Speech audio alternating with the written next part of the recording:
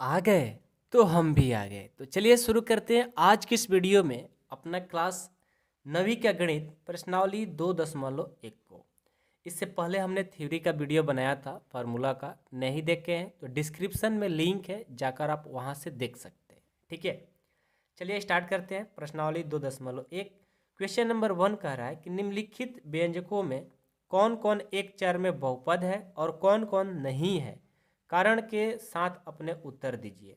देखिए यहाँ पर कल हम आप लोग को बहुपद और चर और अचर और एक पदी, द्विपदी, त्रिपदी, ये सब हम आप लोग को कल पढ़ाए थे। एक बार फिर से बोलते हैं, डिस्क्रिप्शन में लिंक है, जाकर आप उसको देख लीजिए। ठीक है, फर्स्ट क्वेश्चन है कि 4x² माइनस 3x+7। अब ये क्या है? ये चर बहुपद है कि नहीं है? यदि नहीं है तो कारण सहित इसको बताना है। ठीक है, आइए इस क्वेश्चन को बनाते हैं। हम यहाँ पर पहले से क्वेश्चन लिख करके रेडी रखे हुए हैं। ठीक है, तो ये बताइए तो पहले ये चर बहुपद है कि नहीं है। चर बहुपद किसको बोलेंगे? ठीक है, एक चर बोला है ना, चर नहीं, एक चर बहुपद। एक चर बहुपद उसको बोलते हैं जैसे 4x² माइनस 3x+7, यानी दोनों x के ही रूप में है। यदि 4x² माइनस 3y रहता तो एक चर पद में वो नहीं होता, क्योंकि दो में हो जाएगा। तो देखो तो ये x में ही है, तो हम इसको बोलेंगे कि एक चर x में बहुपद है। ठीक है, इसका आंसर क्या होगा? इसका आंसर होगा एक चर कौन? x ना, एक चर x में बहुपद है। क्या है? बहुपद है। यदि y साथ में रहता तो एक चर नहीं होता। ठीक है, उसके बाद इसका सेकंड क्वेश्चन है y² प्लस √2। अब ये बताइए तो ये एक चर में है कि नहीं है? बिल्कुल है, सिर्फ y में है। तो क्या बोलेंगे? एक चर y में बहुपद है, बहुपद है बोलेंगे। ठीक है, उसके बाद इसका तीसरा देखिए, तीसरा क्या है? तीसरा क्वेश्चन है 3√t, अपने किताब में देखिए, प्लस t√2 है। ठीक है, तो देखिए तो ये दोनों टी में ही है, तो क्या बोलेंगे? ये भी एक चर में है। लेकिन देखिए आपको बताते हैं, पहले इसको रूट में दिया है ना, इससे हम सॉल्व करेंगे। ये जो रूट में दिया है इससे हम पहले सॉल्व करेंगे। तो क्या हो जाएगा? ये देखो 3 का 3, ये जो रूट में है रूट को हटाएंगे। जब रूट को हटाएंगे ना तो टी के पावर 1/2 हो जाएगा। एक बार बात को समझिए, जब कोई भी रूट में रहता है, जब रूट को हटाया जाता है तो उसके पावर में 1/2 लग जाता है। ठीक है, तो वहीं रूट को हटाए तो पावर में 1/2 लग गया, और ये इसको ज्यों का त्यों छोड़ दो, t√2। अब ये देखो तो टी एक पद तो है, एक पद है लिखेंगे, एक चर में है, एक चर में है, लेकिन पता है ये बहुपद नहीं है। बहुपद क्यों नहीं है? देखिए आपको पढ़ाए थे ना कि जो बहुपद होता है, ठीक है, जो बहुपद होता है वो पूर्ण संख्या में होना चाहिए, यानी पावर में जो पूर्ण संख्या 0, 1, 2, 3, 4 इस तरह से होना चाहिए। ये नहीं कि बाटा में आ जाए, उसको हम लोग बहुपद नहीं बोल सकते। तो क्या बोलेंगे? एक चर में है लेकिन बहुपद नहीं है, बहुपद नहीं है। तो आपका क्वेश्चन क्या बोला है? पढ़िए तो एक बार, कि जो नहीं होगा तो कारण बताना है, क्यों नहीं है? तो लिखेंगे क्योंकि चर टी के पावर 1/2 की घात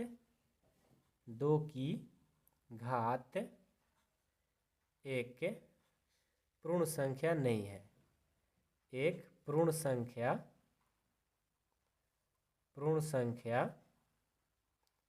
नहीं है। ठीक है, अब चलिए समझ में आया सबको? तीसरा हो गया, अब चौथा को देखते हैं। चौथा आपका क्वेश्चन है y + 2/y। तो देखो ये जो बटे में वाई है ना, इसको पहले ऊपर करेंगे तो ए वाई का वाई प्लस ए 2 का 2, ये बटा में वाई है ना, इसको ऊपर ले जाएंगे तो वाई इनवर्स लग जाएगा। कहने का मतलब है, समझिए इस कंसेप्ट को, जब 1/y है, जब इसको ऊपर ले जाएंगे तो y के पावर -1 हो जाता है। मान लो कोई भी हो, 1/x हो, इसको ऊपर ले जाएंगे तो x के पावर -1 हो जाता है। इसको याद रखिएगा। अभी इस तरह का बहुत सारे आपको आगे क्वेश्चन मिलने वाला है, ठीक है। ये देखिए, तो ये बहुपद एक चर में तो है क्योंकि दोनों y में है, तो लिखेंगे एक चर में है, क्या बोलेंगे, एक चर में है, लेकिन बहुपद नहीं है। क्यों नहीं है? क्योंकि पावर में -1 लगे। आपको बोले ना, बहुपद होने के लिए उसका घात में पूर्ण संख्या होना चाहिए, ठीक है। लेकिन बहुपद नहीं है। जब नहीं है तो इसका कारण बताना है, तो लिखेंगे क्योंकि चर y के पावर -1 की घात दिया गया है, जो एक पूर्ण संख्या नहीं है, जो एक पूर्ण संख्या नहीं है, ठीक है। घात होना चाहिए बहुपद के लिए पूर्ण संख्या, ठीक है ना। तो 4 नंबर भी हो गया। पांचवा देखिए, पांचवा क्या है, x के पावर 10 प्लस y के पावर 3 प्लस t के पावर 50। ये देखिए, तो x में भी है, y में भी है, t में भी है, तो एक चर में तो है नहीं, तो लिखेंगे ये बहुपद तो है क्योंकि देखो पूर्ण संख्या में इसका पावर दिया है, घात दिया है, तो लिखेंगे ये बहुपद है, बहुपद तो है, परंतु एक चर में नहीं है, क्योंकि ये x y टी चर में है, समझ गए। तो इस क्वेश्चन से आपको दो चीज़ समझना है कि एक चर किसको कहेंगे। एक चर उसको कहते हैं, जैसे x में है ना, तो सब x में ही होना चाहिए, ये y में तो सब y में, t में तो t में, y में तो y में। अब ये देखो x y t है, तीनों आ गया, दो भी आ जाएगा तो चर में, एक चर में नहीं होता है, ठीक है ना। तो चर समझ में आ गया। अब बहुपद की बात आती है। बहुपद उसी को बोलेंगे जिसका पावर यानी घात वो पूर्ण संख्या में हो। ये नहीं कि -1 लगा हो, बटे में लगा हो, वो सब बहुपद नहीं होता है। तो क्वेश्चन नंबर 1 आप लोग को अब समझ में आ गया होगा, कोई दिक्कत नहीं है किसी को। चलिए नेक्स्ट क्वेश्चन नंबर 2 देखते हैं। अब आइए क्वेश्चन नंबर 2 को देखते हैं। निम्नलिखित में से प्रत्येक में x² का गुणांक लिखिए। x² का क्या लिखना है? गुणांक लिखना है, ठीक है ना। आइए गुणांक के बारे में समझाते हैं। क्वेश्चन कर लेंगे तो फिर तो आपको कभी भूलने की आदत ही नहीं होगी, क्योंकि एक बार पढ़ा देंगे अच्छे से, समझ जाइएगा, कभी नहीं भूलिएगा, ठीक है। पहले से क्वेश्चन लिखा हुआ है, ठीक है। थोड़ा सा पेन इस बार चेंज कर लेते हैं। तो देखिए, सबसे पहले ये आपका फर्स्ट क्वेश्चन है कि 2 + x² + x में, इसमें x² का गुणांक लिखना है। गुणांक का मतलब होता है x² के साथ में जो गुना में लगा रहे, जो गुना में हो, उसी को गुणांक बोलते हैं। तो x² में यहाँ पर क्या गुना में है? कुछ नहीं, यानी कुछ नहीं तो एक छिपा हुआ रहता है, तो x² गुणांक क्या हो जाएगा? 1 हो जाएगा। तो लिखेंगे इसका आंसर क्या होगा, ठीक है।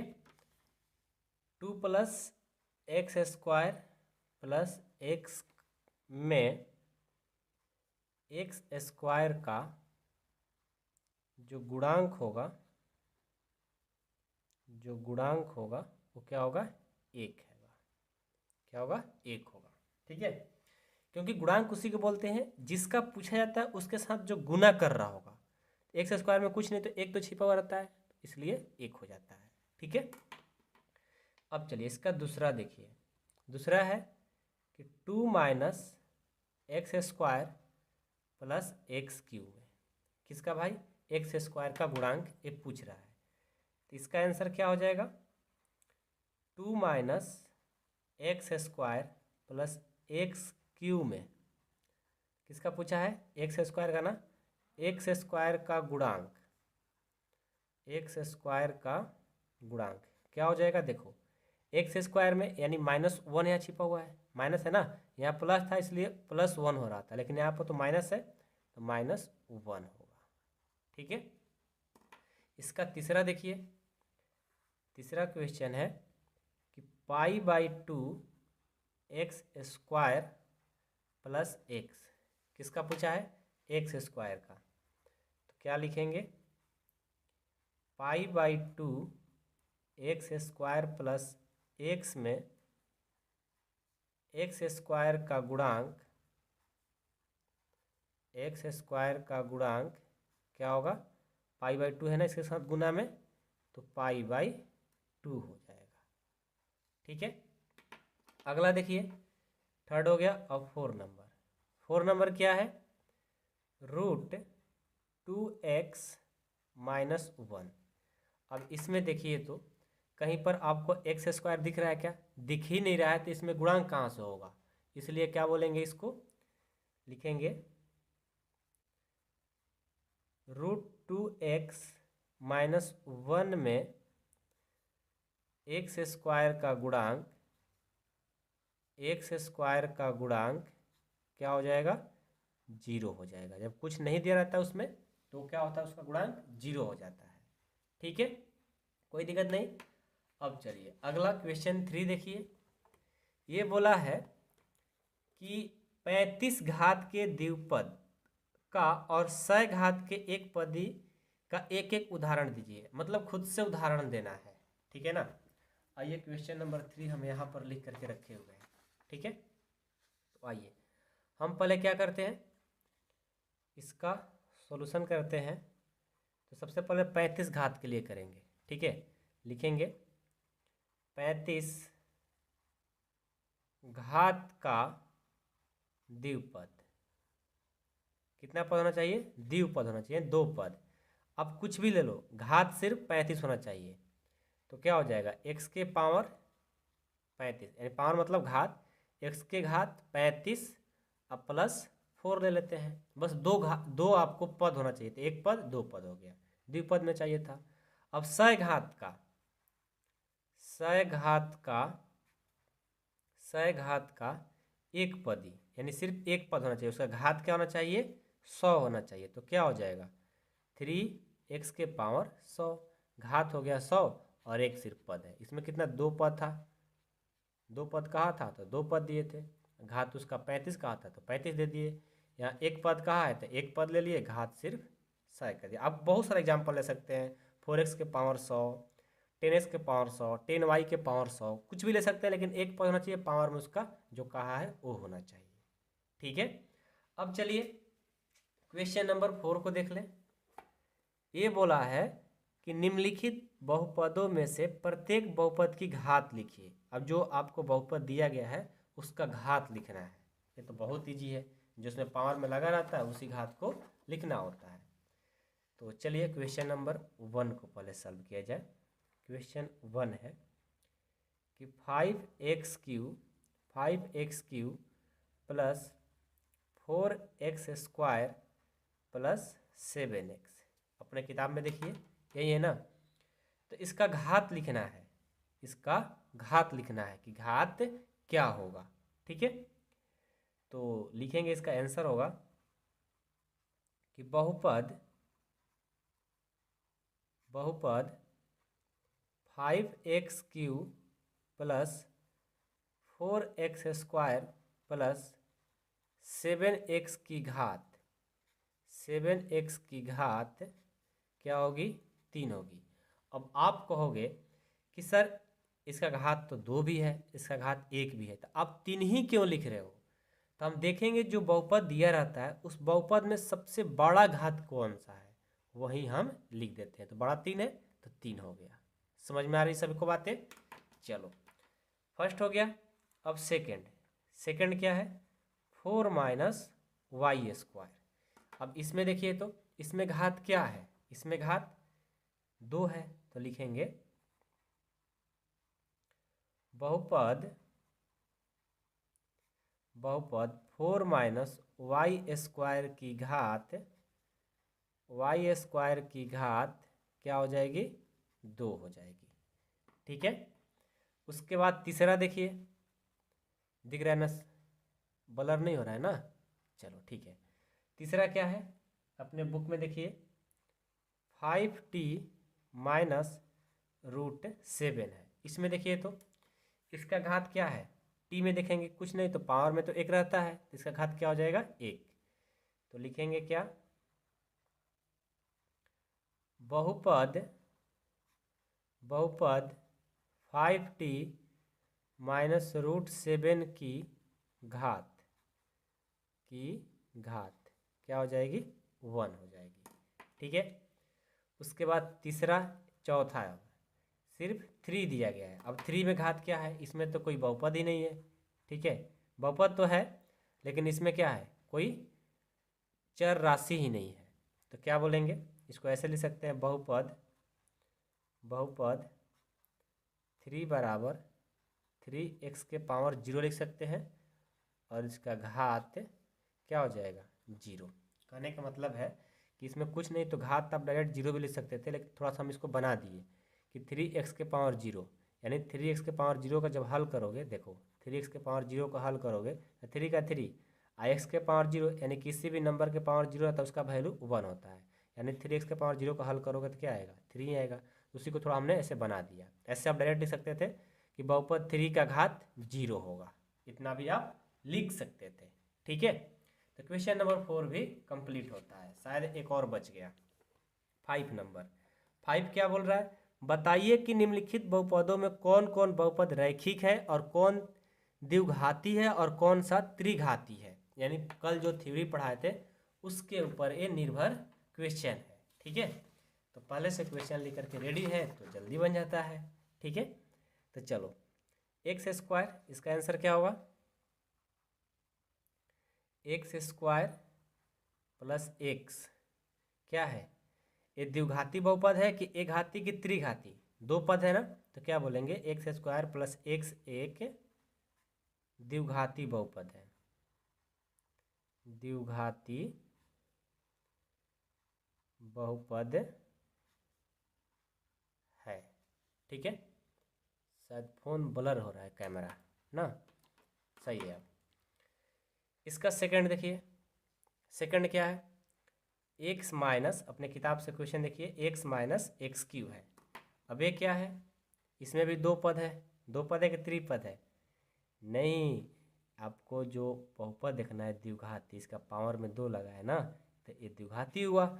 उसी तरह x माइनस x³ घात को देखना है ना, यहाँ पर देखो हमने मिस्टेक कर दिया था शुरू में पहचानने में, द्विघाती और कौन त्रिघाती है ये पूछा है, कौन रैखिक कौन द्विघाती कौन त्रिघाती, यानी पावर को देखना है। इसमें 2 लगा है ना तो उसको द्विघाती, इसमें क्या लगा है पावर हाईएस्ट 3, तो इसका आंसर क्या हो जाएगा, x माइनस x³ क्या है, एक त्रिघाती बहुपद है।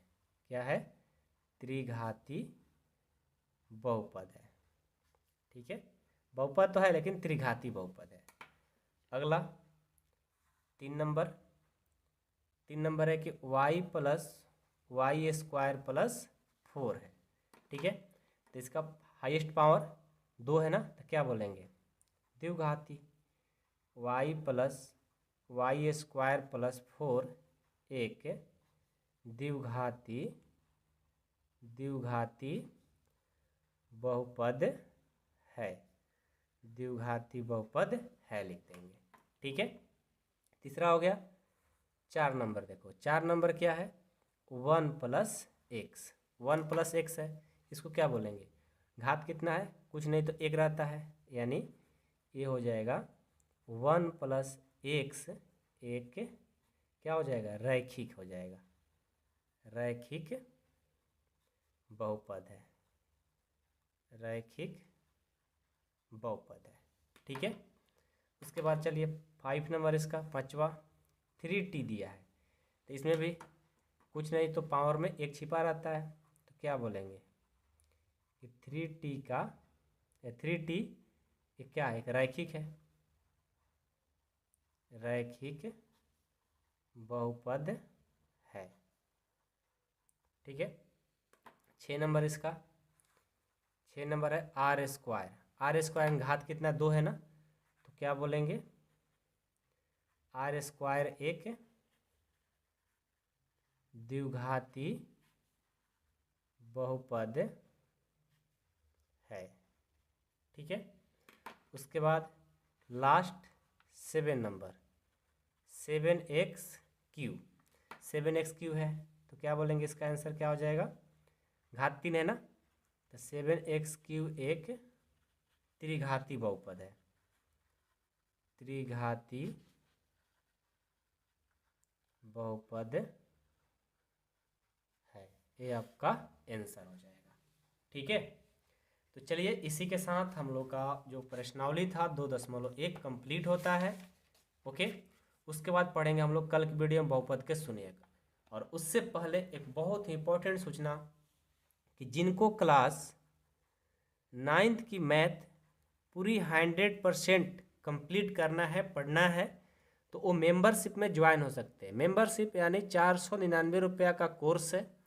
इसमें ज्वाइन होने पर आपको पूरा फुल कोर्स पढ़ा दिया जाता है, यानी पर मंथ आप जोड़ोगे तो 20 से 25 रुपया आपको पड़ने वाला है।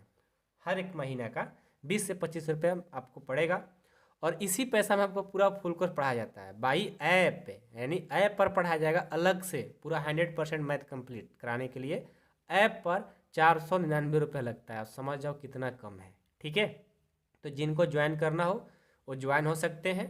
ऐप का नाम है, प्ले स्टोर पर जाकर डाउनलोड करिएगा, AP/AJ ऐसा लिखिएगा। उसके बाद नीचे उसमें लिखा रहता है 6 to 12 ऐसा लिखा रहेगा, उस ऐप को डाउनलोड कर लीजिएगा। ऐसे रहेगा, ऐसे एरो लगाया है और P, इस तरह से ऐप का व्हाइट में AP रहता है। ठीक है, उसको डाउनलोड कर लीजिएगा। वहाँ से जाकर के स्टोर में अपना कोर्स वहाँ से खरीद सकते हैं। आपको 499 रुपये कटवाना होगा, और नहीं तो आपको ऐप से ज्वाइन नहीं करने रहा है क्लास, तो आपको क्या करना है, इस नंबर पे कॉल करके सर से बात कर लेना है।